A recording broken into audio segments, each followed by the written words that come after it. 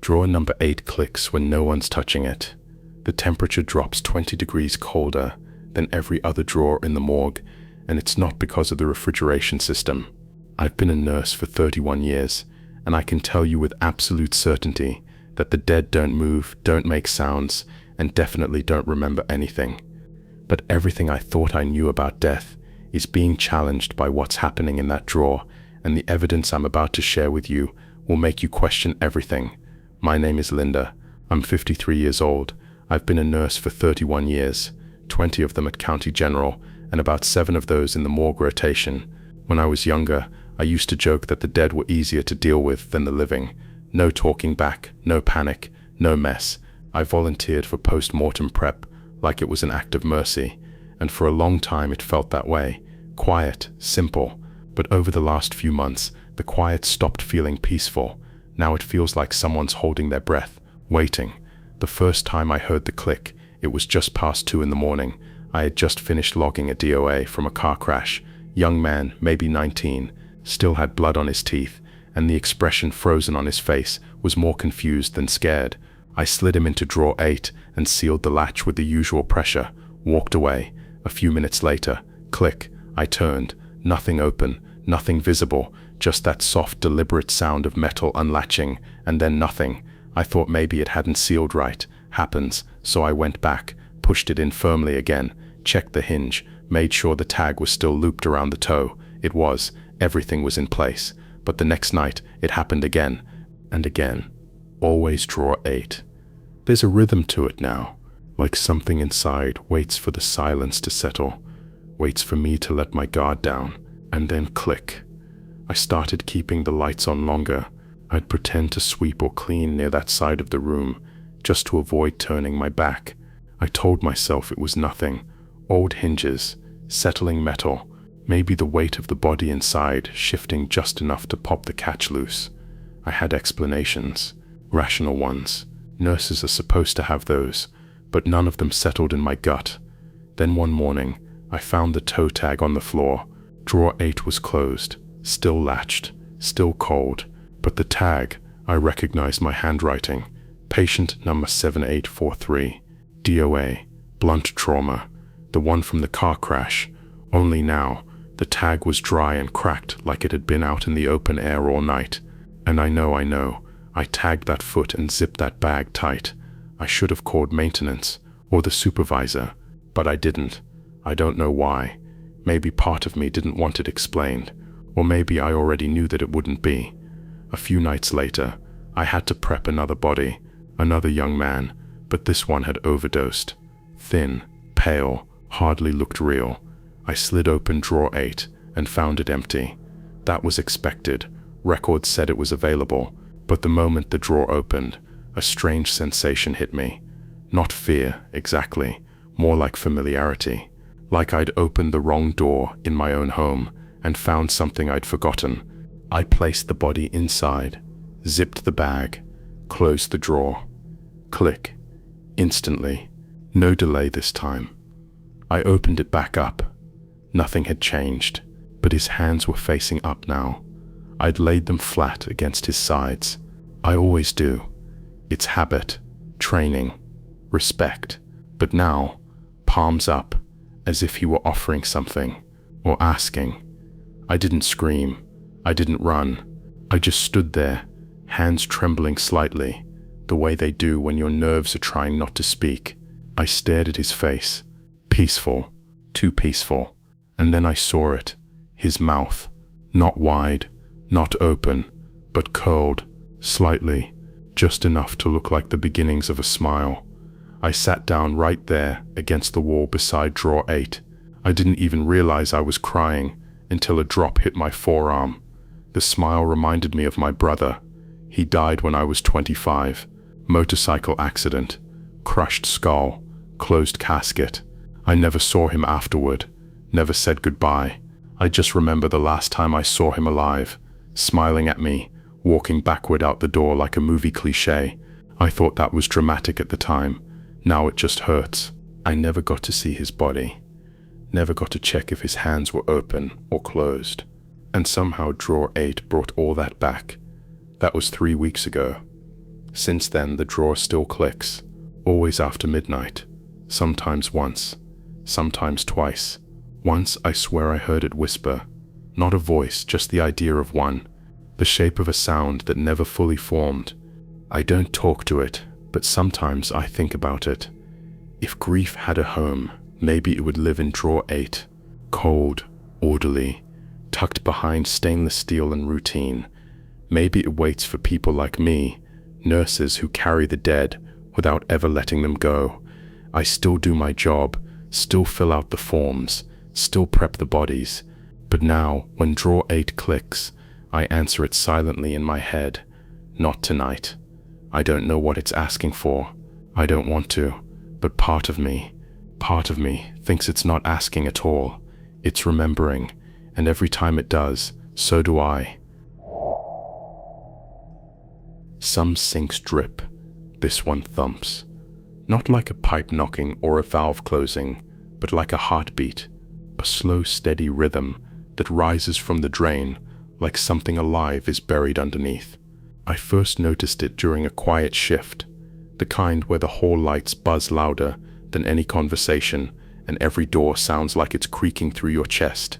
The sink sits in the corner of the autopsy wash station, old, chipped, and half rusted like everything else in the St. Marian's morgue. But it pulses. Always has, they say. I'm Darren, 61, used to be trauma night shift. I switched to morgue relief a decade ago after I lost a kid on the table and couldn't go back to the chaos. The morgue was cleaner, calmer. Nothing moved unless you moved it. I liked that. Stillness was a kind of forgiveness. But this sink, this goddamn sink, never stayed still. The thumping started 2 months ago, just a faint thud at first. I thought it was water pressure, maybe trapped air. I even checked the plumbing schematics one night, just to rule it out. But the lines were clean, nothing unusual, except the sound, always the sound. It wasn't every minute, just enough to make you question your ears. Thump, then silence, then another. I didn't mention it to anyone. You don't last long in this kind of work if you report every creak and sigh of a building that's been holding death for over 60 years. But something about this sound, this rhythm, felt too deliberate to be ignored. It wasn't random, it was patient. One night, I leaned down and put my palm flat against the porcelain, cold as ever, but the second my hand made contact, there it was again. Thump, thump, like a slowed-down version of a pulse. I pulled away, heart kicking up, throat dry. I walked away fast that night, left the tools unwashed, told myself I'd imagined it, but I hadn't. The next evening, I came in early and watched, just sat across from the sink with a flashlight and a notepad, like an idiot pretending to be an investigator. Nothing for 15 minutes. Then, thump, every 20 seconds, precise.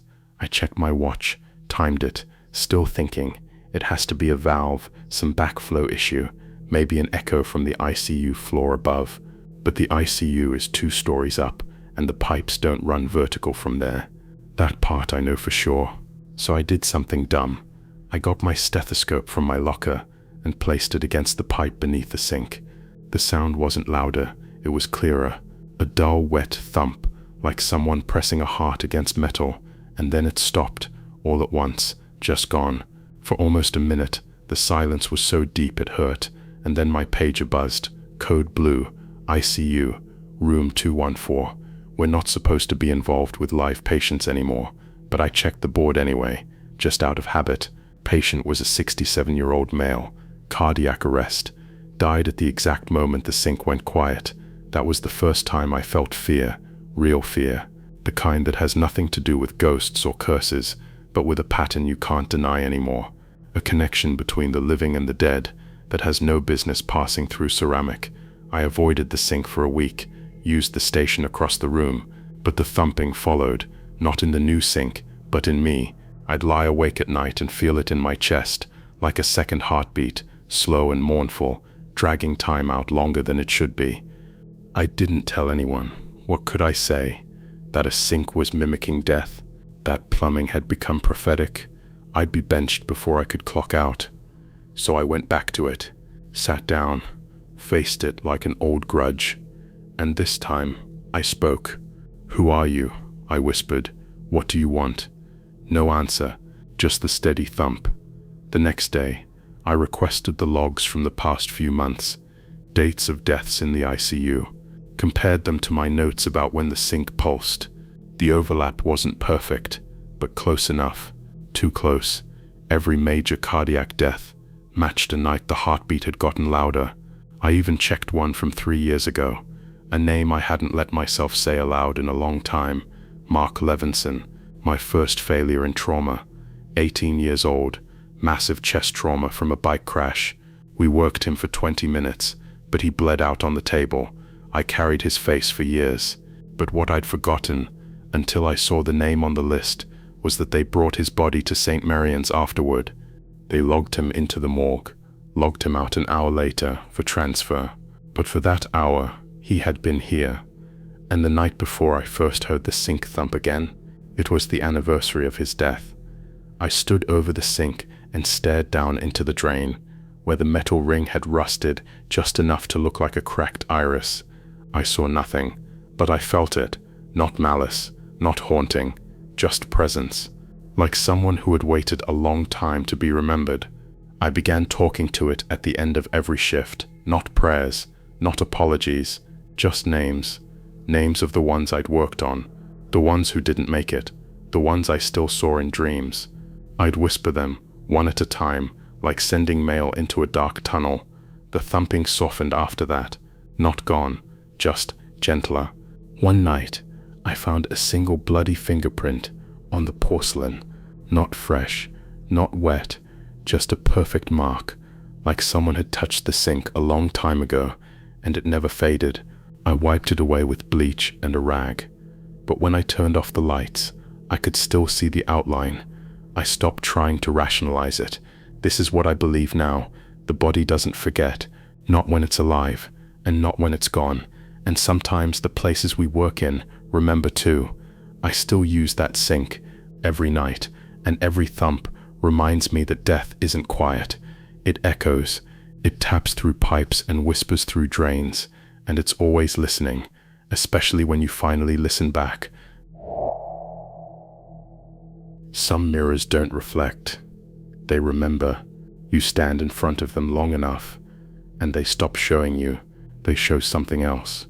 At least that's how it feels when you're behind the glass in the body ID room. Everyone thinks it's a mirror, but it's not. It's a window. One of those two-way panels where the grieving family comes in to look at the body and say, yes, that's him, or no, that's not her, and you, the nurse, the professional, the invisible one, stand behind the glass and wait, watch, observe. But sometimes I feel like I'm the one being observed. I'm Carla. I'm 49 years old, and my eyes feel older than the rest of me.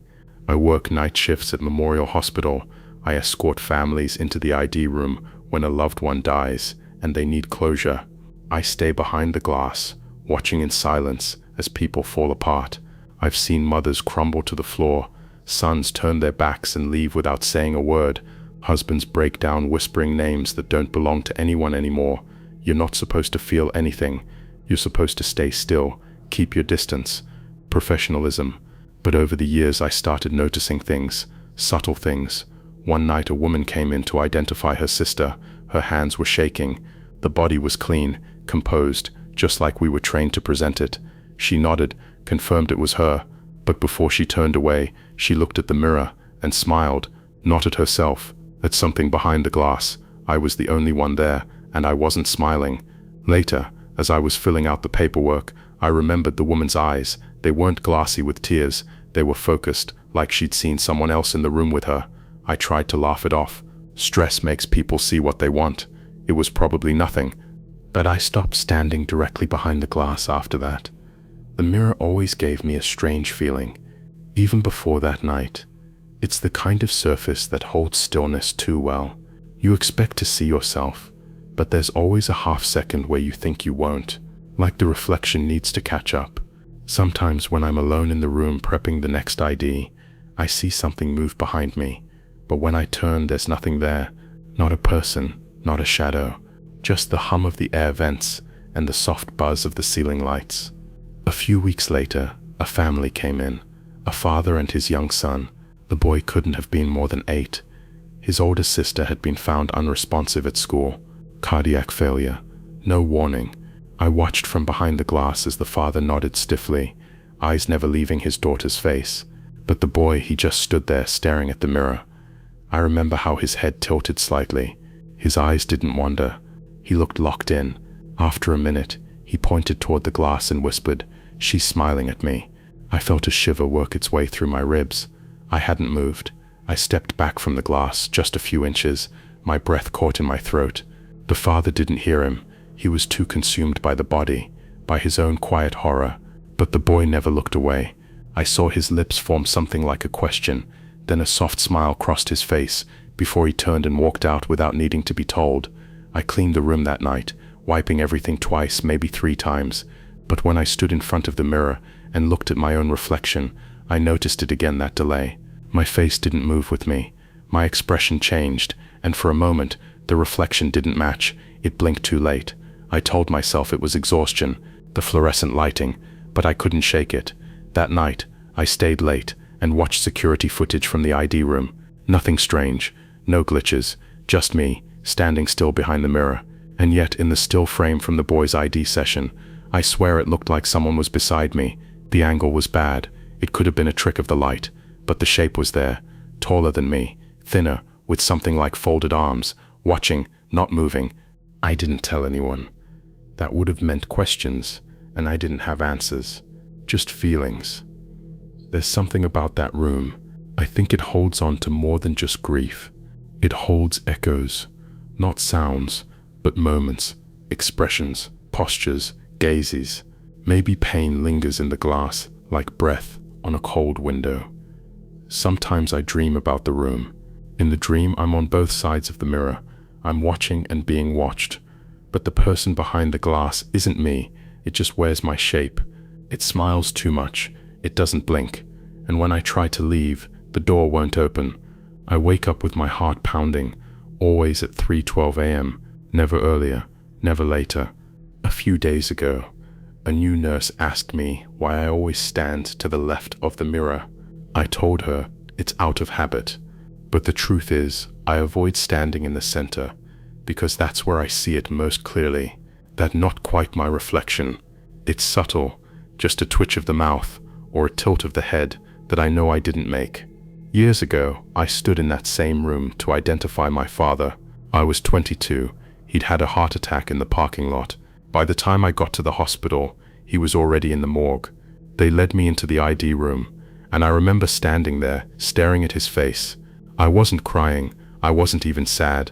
I felt nothing, just numb. But I remember looking at the mirror and thinking I saw someone behind me, even though the room was empty. I haven't thought about that day in years, not until recently. Now I wonder if it was always there, if we're not just watching, but being studied, remembered, by something on the other side of the glass. I asked to be reassigned last week, told them I needed a break from the ID room, said it was too emotionally taxing. That part's true, but the real reason is simpler. I don't want to see myself not blinking anymore. Still, I find myself drifting back. I pass the room on my way to the break area. I slow down, just enough to glance at the mirror. It looks normal, innocent, but then I think about all the faces that have been reflected there, grieving, broken, numb, all the names whispered in the space between recognition and denial. It's too much for a piece of glass to carry, but maybe it's not the glass that holds it. Maybe it's what's behind it. The mirror doesn't reflect. It remembers, and sometimes I think it remembers better than I do. There are rooms that forget how to be rooms. They become holes, quiet, sealed pockets where time doesn't move the same. Cold Room 9 is one of those places. You can feel it before you enter, like the air in the hallway knows what's behind that door. No one uses it anymore. The staff say it's storage, but nothing's stored there.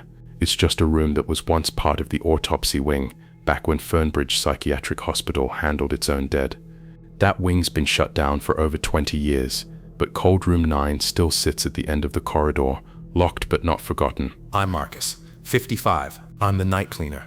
I've been working these halls for 16 years, mostly because I like being alone. People ask too many questions. Rooms don't. I clock in, sweep, mop, disinfect, and then vanish before the morning nurses even arrive.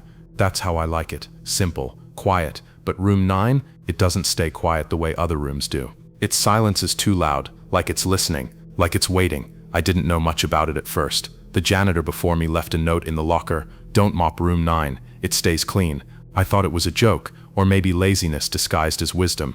But when I first checked it out, I understood. The room doesn't collect dust, the air doesn't move, nothing decays. It's cold, freezing even, but there's no vent, no refrigeration unit, no pipes, just a single steel table bolted to the floor, an overhead surgical light that doesn't turn on, and tiled walls that shine like they were just scrubbed, even though no one's been in there for years. One night, about a month into my new route, I left my mop bucket outside room 9. When I came back 15 minutes later, the water inside had frozen solid. It wasn't that cold in the hallway. I dipped my hand into the bucket just to make sure I wasn't seeing things. My fingertips came away stinging, like I'd plunged them into ice. The air felt normal, but something about that door radiated cold that didn't make sense. I started avoiding that hallway unless I had to pass through, but sometimes I'd find myself walking slower as I approached room 9, drawn in by something I didn't have words for. Curiosity, maybe, or memory, or something older than either of those things. I asked an older nurse, Elsie, about it once during a smoke break. She lit her cigarette with shaking hands and didn't meet my eyes. "Don't open that door," she said. "Not unless you want to feel it looking back." I laughed, but not all the way. 2 weeks later, I found the door unlocked. It was around 3:30 a.m., the hour when the building feels the most hollow. I don't know why I tried the handle, habit maybe, but it turned in my hand like it had been waiting for me. The room looked the same as before, nothing out of place, but colder, so much colder I could see my breath fog in front of me, and the lights in the hallway behind me dimmed slightly, like the cold was pulling energy from the world. I didn't step inside, just stood there, staring. Then I noticed something on the table, a toe tag, old, brittle, and yellowed with time. It hadn't been there before, I'm sure of it. I stepped inside to read it. No name, just a patient ID number, and the date, April 31, 1984. Something about that date scratched at the back of my mind. Later that night, I pulled records from the archive.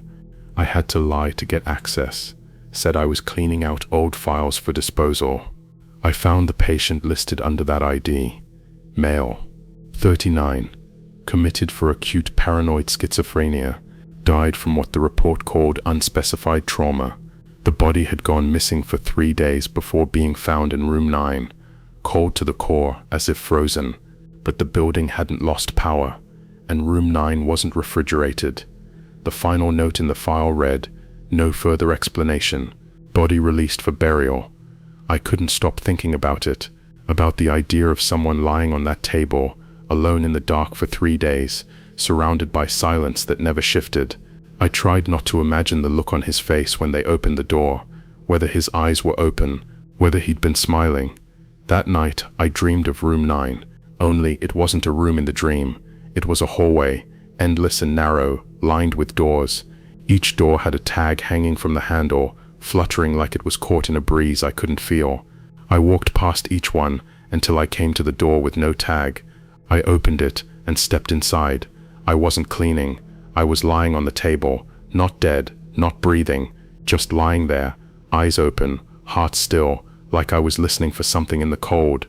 The air was thick, like glass about to shatter, and then I heard crying, soft, distant, not quite human. It echoed around me, but I couldn't move. I woke up drenched in sweat, skin freezing cold. After that, I stopped going near room 9 altogether, but things followed me. My tools went missing, only to turn up hours later beside the door. The lights flickered whenever I passed that hallway, and sometimes, just sometimes, I'd see footprints leading away from the door, not shoe prints, bare feet, always the same size, always wet, and they vanished halfway down the hall, like the person had simply stopped existing mid-step. I tried to get the lock replaced. Maintenance said the door was sealed from the inside. That didn't make sense. I know that place is empty. I've seen it. But part of me isn't so sure anymore. Maybe cold room 9 isn't a room at all. Maybe it's a waiting place. A space for something that doesn't want to be forgotten. Something that remembers what it felt like to be cold, alone, and unseen. Some nights, I pause near the hallway and think about the table. I wonder what it would feel like to lie down on it, just once, to see if it remembers me too. I never open the door, but the handle always feels warm now, like someone just let go of it, and I swear, if you press your ear to the door, you can hear breathing, soft, slow, patient, just waiting. The morgue is full of labels, little white tags with big black letters that try to make death feel tidy. Name, date, time of death, cause, ID number, location. Sometimes it feels like if you write enough words, you can explain away what's lying under the sheet. But not every death gets a tag, and some tags come back when they shouldn't. My name's Judith, 64. I retired 2 years ago after spending most of my life in the basement levels of Black Hollow General. I was one of the nurses responsible for post-mortem documentation, IDs, tags, transport logs, you name it. I liked the order. It made sense. Every death had a process, a checklist, a final signature. It helped me sleep until it didn't. I found the tag in my pocket on a Thursday morning in late March. I was digging through my old coat for my car keys. Hadn't worn the coat in years, but the tag was there, neatly folded like it had just been placed. Fresh, uncreased, the toe loop still intact. It was blank except for a date written in my handwriting, March 4th, 1986. At first I assumed it was a clerical remnant, something that got tucked away during a double shift. I worked long hours back then, 36 hours straight some weeks, but something about the way it was folded, tucked like a secret between the lining and the fabric, didn't feel accidental. And that date, March 4, it hollowed me out just seeing it. That was the day my daughter was born and died. I didn't go into work that day. I was on the other side of the hospital, in labor and delivery. Complications, they said. Placental abruption. Emergency C-section. She lived 13 minutes. I never held her, never even saw her face. I remember the doctor placing a hand on my shoulder and saying she didn't suffer, like that was supposed to mean something, like I wasn't already suffering enough for both of us. I was unconscious for hours afterward. When I woke, they told me she'd already been taken down to the morgue. Standard procedure. I asked if I could see her, and they said they'd bring her, but then they didn't, and I didn't ask again. I told myself it was better that way, but now, decades later, I had a toe tag with her date on it, written in my own hand. I sat on the kitchen floor and stared at it for over an hour. It couldn't be real, couldn't be what it looked like. I went to the storage unit where I'd kept my old work files. I'm not sure why I kept them, some sense of duty maybe, or guilt. I found the logbooks for the morgue from that month. I flipped through the brittle pages until I found March 4. There it was, one entry, handwritten, unnamed female infant. Time of arrival, 4:12 a.m. Under notes, someone had written hold for mother's release. No name, no tag number, no processing initials, no closure. I never remembered seeing that entry before. The handwriting wasn't mine, but it looked like mine. That night, I didn't sleep. I laid the tag on my nightstand, afraid to tuck it away again. I kept glancing at it in the dark, half expecting it to move, to curl at the edges, to whisper. And then the dreams started. Not nightmares, not at first, just dreams of walking the halls of the old morgue, but it was different, longer. The lights dimmer, swinging slightly, as though swaying in windless air. I passed by drawers that clicked softly behind me, not loud enough to frighten, just enough to remind me they were there.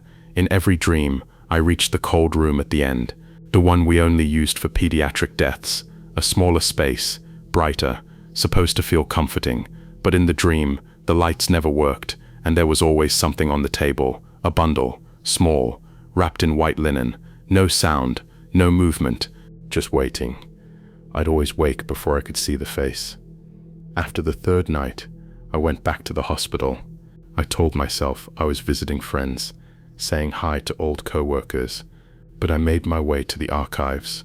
I asked the clerk if I could look at records from 1986, said I was working on a book about hospital administration. She didn't question it. I pulled every infant death report from March. Only one file was missing, mine. I checked the microfilm, but it skipped the page entirely, like someone had edited history with invisible scissors. I knew I was chasing ghosts, but some part of me couldn't let it go. I went to the basement, to the morgue. It had been remodeled a few years back, but room 3, the old pediatric suite, was still there, empty now, used for equipment storage. I stood outside the door and felt a cold draft brush over me, though the hallway was sealed, the same cold from my dreams. I didn't go in. I left. That night, I dreamed again. Same hallway, same swinging lights. This time when I entered the cold room, the bundle on the table unwrapped itself. Not quickly, not violently, just slowly, deliberately, like fingers I couldn't see were peeling away the cloth. There was no baby beneath, just a toe tag, blank, and when I reached to touch it, a voice whispered behind me, "You never filled out the form." I turned and woke up. The tag was gone from my nightstand.